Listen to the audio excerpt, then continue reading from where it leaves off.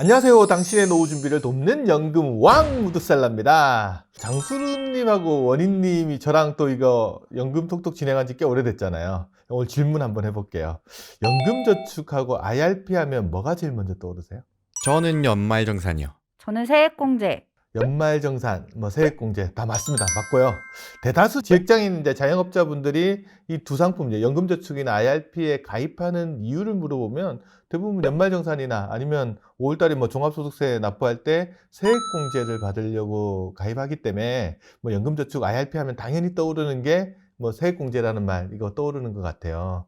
또 세액공제 이야기 하는 거야?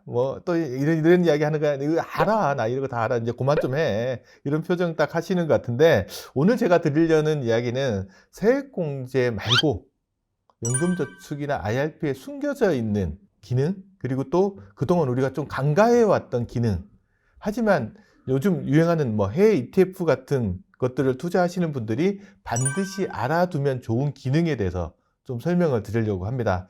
요즘 이제 미국이나 중국 등 글로벌 투자에 관심 있는 분들이 많이 늘어나면서 이제 국경이 없어졌잖아요, 투자에. 그러면서도 이제 국내 증시에도 해외 지수에 투자하는 ETF가 속속 많이 상장되고 있는 것 같아요. 이렇게 국내 증시에 상장되어 있는 해외 ETF, 해외 지수를 추종하는 ETF에 투자하시는 분 입장에서 must have 아이템, 반드시 가져가야 될 계좌 중에 하나가 이게 연금저축과 IRP라고 저는 생각을 합니다. 그 부분에 대해서 좀 이야기를 해드릴 건데 왜 그런지 그 이유에 대해서는 지금부터 자세하게 한번 살펴보도록 하겠습니다. 구독, 좋아요, 알림 설정까지. 간단하게 질문 하나 해볼게요. 원희님하고 장수님 이번에도 한번 맞춰보세요. 한 해 동안 연금저축에서 저축할 수 있는 최대 금액은 얼마일까요? 객관식입니다. 1번 400만 원, 2번 1,800만 원, 3번 제한 없음, 4번 모르겠다. 1번 400만 원. 저는 2번 하겠습니다. 미래세투자연금센터에서 30대, 50대 직장인 1000명한테 한번 물어봤어요. 그랬더니 가장 많이 답변 나온 게 뭐냐 그러면 1번 400만 원. 장수두님하고 같은 답변을 하셨네요. 하지만 정답이 틀렸습니다. 이거 400만 원 아니에요. 정답은 뭐냐 그러면 1,800만 원인데 실질적으로 원인이 맞추셨네요. 1,800만 원 맞추신 분이 어느 정도 되냐 그러면 24.5%, 그러니까 4명에서 1명 정도만 이 문제에 답을 맞추셨어요. 대다수 한 4명 중에 3명 정도는 저축 한도를 잘 모르고 있다라는 이야기가 되는 거죠. 왜 그럴까라고 생각을 한번 해봤는데, 특히 연금저축에 가입하는 대부분의 이유가 뭐냐면 세액공제 때문에 가입하다 보니까 그냥 세액공제 한도가 저축 한도인 걸로 착각하고 계신 분들이 되게 많으세요. 장수님 표정 보니까 또 그게 그거 아니야? 이런 생각하고 있는 것 같은데, 세액공제 한도랑 저축 한도는 엄연히 좀 차이가 납니다. 연금저축에 가입해서 한 해 저축할 수 있는 금액은 한 해 1,800만 원까지 저축을 할 수 있고요. 그 중에서 저축 금액 중에 일부를 세액공제를 해주는데, 세액공제 한도는 이제 소득 크기에 따라서 조금 차이가 나요. 종합소득이 1억 원을 넘느냐, 넘지 않느냐. 근로소득만 있는 경우에는 총 급여가 1억 2천만 원이 넘느냐, 넘지 않느냐에 따라서 좀 차이가 난다고 보시면 되고요. 종합소득이 1억이 넘지 않고 또 총급여가 1억 2천만 원이 넘지 않는 분들 같은 경우에는 자기가 저축한 금액에 대해서 그 중에서 최대 400만 원까지 세액공제를 해주는 거고요. 그 금액, 한도를 넘어가시는 약간 고소득자 분들 같은 경우에는 300만 원까지 세액공제를 받을 수 있습니다. 저축은 1,800만 원까지 할 수 있고 그 중에 400만 원 또는 300만 원을 세액공제 받는 거다라고 보시면 되고요. 여기에다가 이제 연금저축 플러스 또 IRP 계좌까지 가입하시는 분 있잖아요. 그런 경우에는 이제 저축 한도는 두 개 합쳐가지고 1,800만 원이 똑같습니다. 합쳐서 1,800만 원 같은데 세액공제 한도는 좀 높아집니다. 이 경우에는 이제 소득과 상관없이 연금저축하고 IRP를 합쳐서 700만 원까지 세액공제를 받을 수 있으니까 지금 그림에 나가는 표를 한번 보시면 연금저축에서 300, 400을 받더라도 IRP까지 동원을 하면 700만 원까지 세액공제를 받을 수 있구나, 이런 것들을 이제 알 수 있을 것 같아요. 근데 세액공제도 못 받는데 700만 원 넘게 굳이 저축할 필요가 있을까요? 맞습니다. 이게 단순히 세액공제만 받을 목적이라면 굳이 세액공제도 못 받는데 한도를 초과해서 저축할 필요가 있겠냐. 뭐냐 그러면 해외 ETF 투자하시는 분들 입장에서는 요 기능, 초과해서 저축하시는 분들이 꽤 많아요. 왜 그런지 이제 이 부분들 좀 이해하려고 하면 해외 ETF에 대한 이제 과세 체계를 조금 살펴봐야 될 부분이 있는 것 같습니다. 해외 ETF에 대한 과세 방법은 이 해외 ETF도 종류가 두 종류가 있어요. 크게 분류를 어떻게 하냐면 우리나라 증시에 상장되어 있는 해외 ETF가 있고요. 우리나라 말고 해외 증시에 상장되어 있는 ETF가 있는데 거기에 따라서 이제 과세 방법이 조금 다릅니다. 먼저 이제 해외 증시에 상장되어 있는 ETF부터 좀 과세 방법을 알아보면 ETF에서 발생하는 수익은 보면 ETF에 담겨 있는 ETF를 사고 팔 때 나오는 매매 차익이 있을 수가 있고요. 그리고 ETF에서 담겨 있는 주식이나 뭐 채권 같은 데서 이자나 뭐 이런 게 발생하면 그거를 분배금 형태로 지급해 주는 게 있거든요. 그래서 매매 차익하고 분배금 이 두 종류가 있는데 이걸 각각 다른 소득으로 보는 것 같아요. 해외에 상장된 ETF에서 발생한 분배금 같은 경우는 우리나라에서 이제 배당 소득으로 보고 과세를 합니다. 배당 소득세 15.4%를 이제 분배금에는 매기거든요. 그럼 매매 차익은 어떻게 과세하냐 그러면 매매 차익은 이걸 뭘로 보냐 그러면 양도소득으로 보고 과세를 합니다.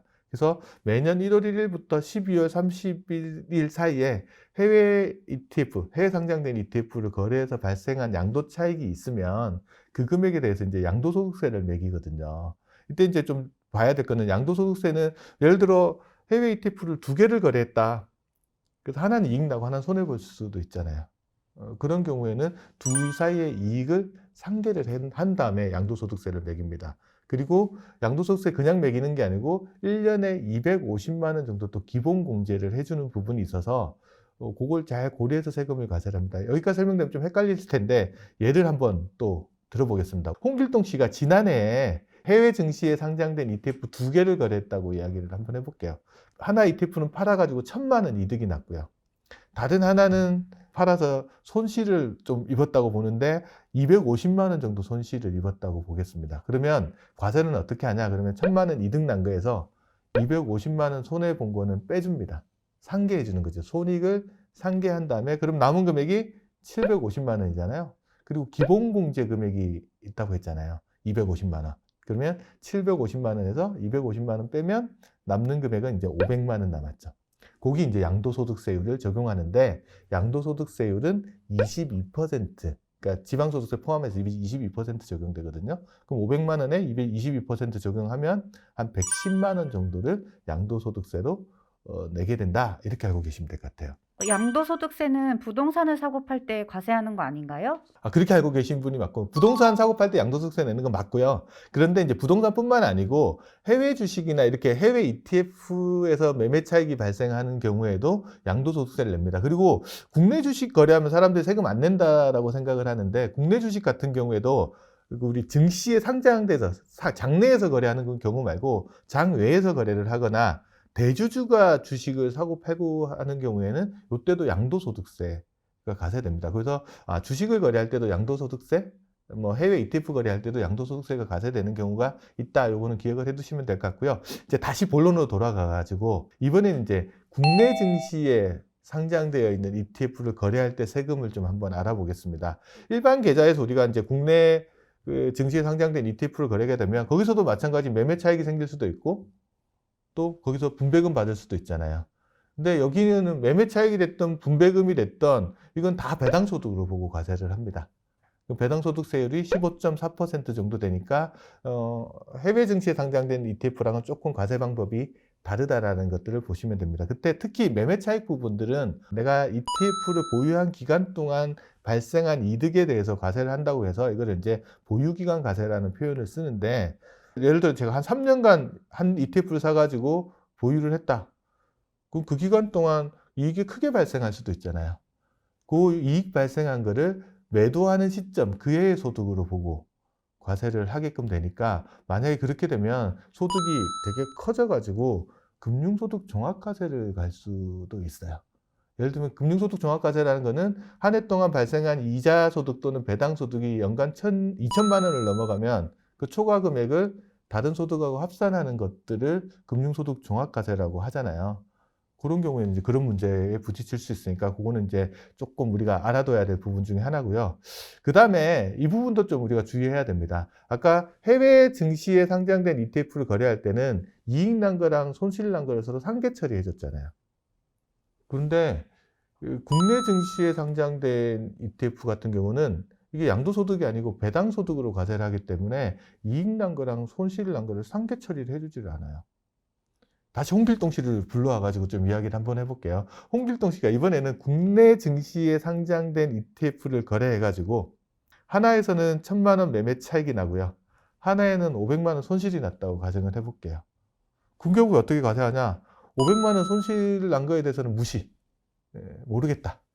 1,000만 원 이득 있는 거에 대해서만 15.4% 배당소득세를 과세하는 부분들이 있습니다. 그래서 그런 부분들을 우리가 좀 고민을 해야 되는 것 같아요. 그래서 지난해 같은 경우 보면 코로나 이후에 뭐 국내 증시가 됐든 해외 증시가 됐든 되게 급등을 한 적이 많이 급등을 했잖아요.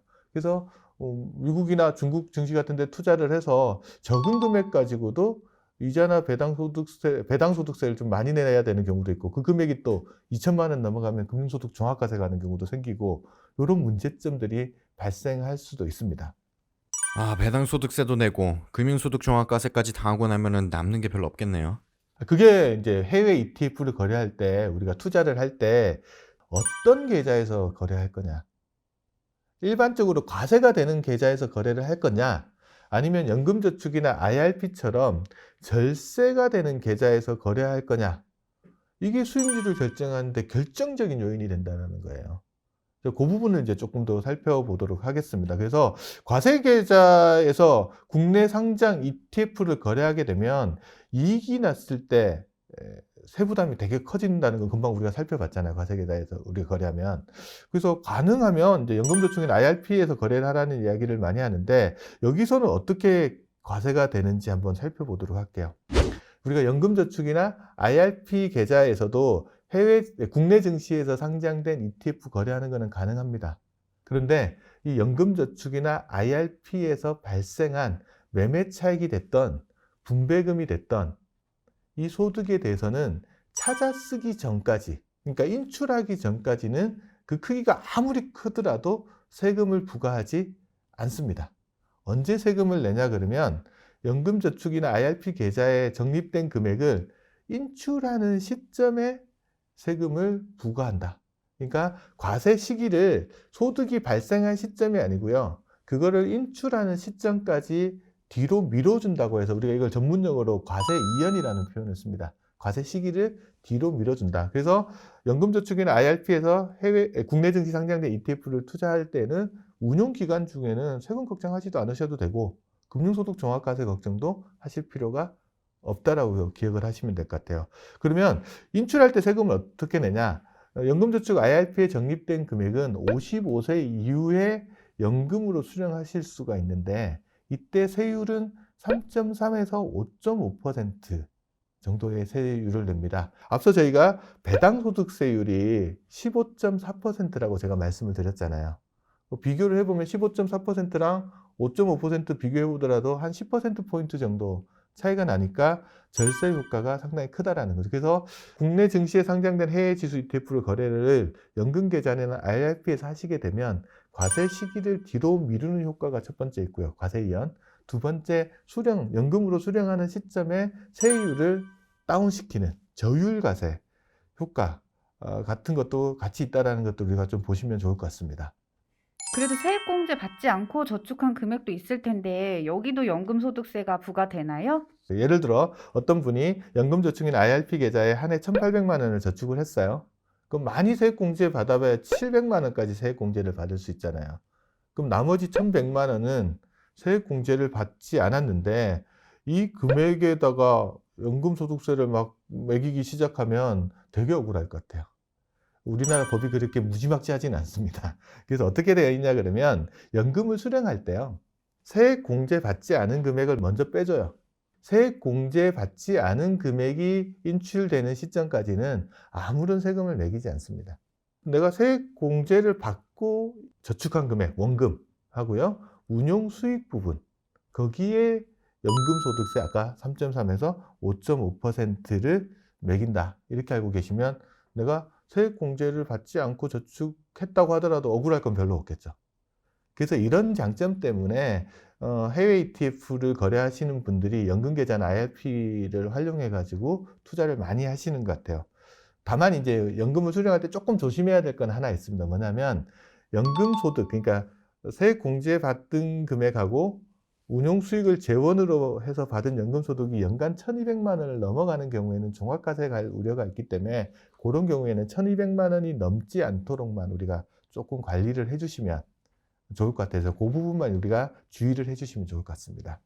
연금저축과 IRP에 저축한 금액이 세액공제를 받았는지 안 받았는지 어떻게 알 수 있죠? 이 질문 진짜 많이 하십니다. 이거 어떻게 알 수 있냐라고 하면 국세청 홈택스 서비스를 가면은 확인할 수가 있어요. 홈택스 가가지고 이제 연말정산 간소화 서비스 받으시잖아요. 이때 홈택스 사이트를 들어가 보면 뭐가 있냐 그러면 민원 증명이라는 코너가 상단에 코너가 있습니다. 거기 클릭하시고 들어가면 연금보험료 등 소득공제 확인서라는 것을 우리가 확인서를 뗄 수가 있어요. 확인서 양식을 제가 하나를 같이 보여드리고 있는데 거기 보시면 뭐가 나오냐면 공적연금, 내가 이때까지 공적연금 가입한 거에 대해서 소득공제를 얼마나 받았는지, 이게 직장인 같은 국민연금이겠죠? 얼마나 받았는지 나와 있고요. 그 옆에 칸에 뭐 있냐 그러면 연금 계좌에서 내가 여태껏 세액공제나 소득공제를 얼마나 받았는지를 그대로 표시를 해주고 있습니다. 요 금액 다 더하면 내가 연금 계좌에서 세액공제 받은 금액이 대상 금액이 얼마인지 정확하게 알 수 있잖아요. 그러면 내가 이제 저축한 금액이 얼마인 줄 알고 세액공제 받은 금액이 얼마인지를 아니까 이 두 개를 빼면 남는 금액이 세액공제를 받지 않고 저축한 금액이 될 겁니다. 그러니까 이게 세액공제를 받지 않고 이 저축한 금액은 이제 인출할 때는 세액공제를 안 받았으니까 찾았을 때도 세금을 안 낸다. 이렇게 기억하시면 될 것 같고 세액공제를 받은 금액하고 운용수익 부분에 대해서만 연금소득세가 부과된다.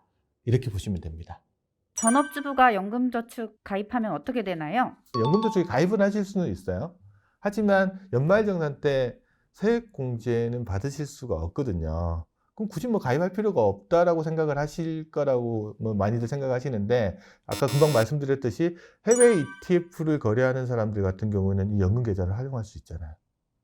그런 경우에는 세액공제는 굳이 받지 않더라도 연금 계좌를 통해서 투자를 하시고 나중에 연금 형태로 수령하시면 되거든요. 이 경우에도 전업주부 같은 경우는 자기가 투자한 자금에 세액공제를 하나도 안 받았잖아요. 그러니까 그 금액을 인출할 때까지는 세금을 안 내고 운용수익 남 부분에 대해서만 인출할 때 연금소득세를 납부하시게 되기 때문에 뭐 그런 혜택들은 보실 수 있다. 그래서 해외 ETF를 거래하신다고 하면 전업주부라고 하더라도 꼭 세액공제 혜택만 생각할 게 아니고 운용수익에 대한 과세 이연 효과 같은 것들 그리고 운용수익에 대한 저율과세 부분까지 같이 고려를 하시면 이 연금계좌나 이거 연금저축인 IRP의 활용 용도가 좀 더 넓어진다라고 생각을 하실 수 있을 것 같아요. 연금저축 계좌에서 여러 개 해외 ETF에 투자하는 경우에는 어떻게 되나요? 계좌는 이제 과일 바구니라고 생각을 하시면 됩니다. 백화점 가서 과일 바구니 하나 사면 그 안에다가 배도 담고 사과도 담고 포도도 담고 바나나도 담고 이렇게 담을 수 있잖아요.